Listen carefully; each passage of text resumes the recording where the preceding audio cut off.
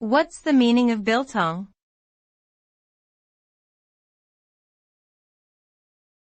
Biltong.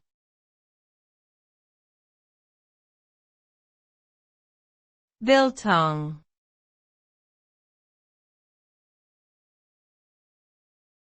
Biltong.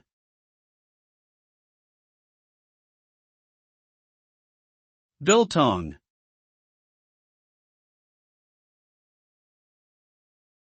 Biltong is a traditional dried meat delicacy that originates from South Africa. It is made by slicing beef, game or ostrich fillets into thin strips and seasoning them with a mixture of spices such as salt, pepper, coriander and vinegar.